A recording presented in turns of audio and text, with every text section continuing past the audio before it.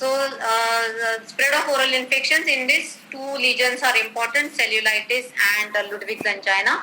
Cellulitis is inflammation of the soft tissues, and the source of infection is periapical infection associated with teeth, either maxillary or mandibular teeth.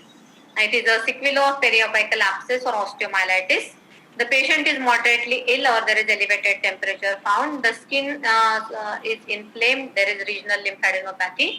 If it is associated with maxillary teeth, then the swelling is seen in the upper part of the face. If it is associated with the mandibular teeth, the swelling is found below the buccinator muscle in the lower part of the face, and it is something like this. This person must be having infection associated with the maxillary teeth. There are two severe forms of cellulitis, Ludwig's angina and cavernous sinus thrombosis. Both are life-threatening condition. In Ludwig's angina, cellulitis spreads to mandibular, submandibular spaces, that is submandibular, submental and sublingual space. There is board-like swelling in the neck. And in the cavernous sinus thrombosis, the infection from the maxillary teeth, that is maxillary second and third molar, spreads to the cavernous sinuses, and there is swelling of the eye, there is drooping of eyelid, there is watering of the eye, there is reddening of the eye, sometimes there is blindness also, there is high fever in both the conditions, and patient is severely ill, and both are life-threatening conditions. So this is Ludwig's angina, board-like swelling in the neck, as all three spaces are involved: submandibular, sublingual and submental spaces, all three spaces are involved. Treatment is very important to maintain the airway, incision and draining, and antibiotics. In short, we'll see biopsy. Biopsy is removal of tissue from the living individual for the purpose of microscopic examination and diagnosis. The technique is, it is usually done under local anesthesia. You should not paint the surface of the biopsying area with a darkly stained fluid like iodine, otherwise cells will get that stain. Stabilize the tissue, and with the sharp instrument or scalpel take the incision. The incision should be wide along with the adjacent normal border, and it should have enough depth also. And the narrow and deep incision is preferred over the broad and shallow incision. The orientation is very important. Then you have to fix this, you have to remove the tissue from the oral cavity, wash it with water for blood stain, and immediately insert into 10% formalin. And the formalin should be 50 to 20 times the volume of the specimen.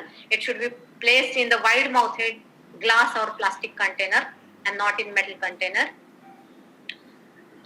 Biopsies are excisional or incisional type of biopsies, FNAC, that is fine needle aspiration cytology and exfoliatory cytology. Excisional biopsies are done for smaller lesions where the entire lesion is removed for microscopic examination. Incisional biopsies are done when the lesion is very large or it is malignant lesion suspected. Then a smaller piece is taken for microscopic examination. Fine needle aspiration cytology is a type of biopsy which is done with the syringe and needle. It is usually done for cystic lesions or for salivary gland pathologies. And punch biopsies, with the punches biopsy is taken.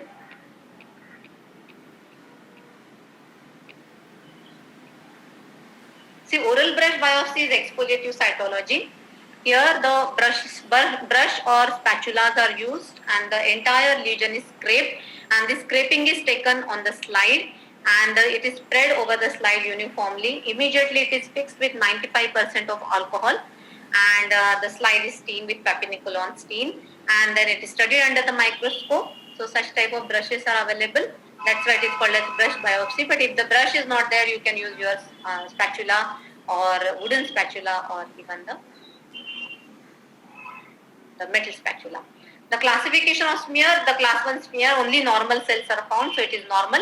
Class 2 is atypical, but there is no evidence of malignancy. Class 3 is intermediate between pre-malignancy and malignancy. Here the biopsy is mandatory.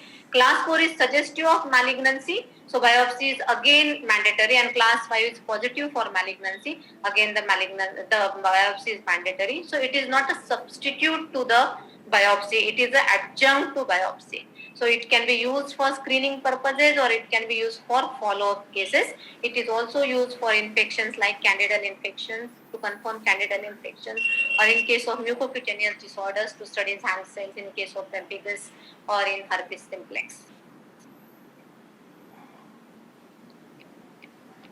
The complication of extraction are dry socket, which is also known as alveolitis sicca dolorosa or alveolar osteomyelitis. It is a very painful condition and it is due to disintegration of the blood clot and the socket appears dry.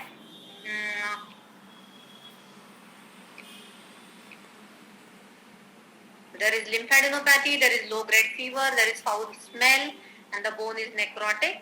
And the treatment is irrigate with betadine or other antiseptics, induce bleeding. The dressing with zinc oxide eugenol is given. Tetracycline hydrochloride tablets are placed in the socket and avoid the risk factors like tobacco.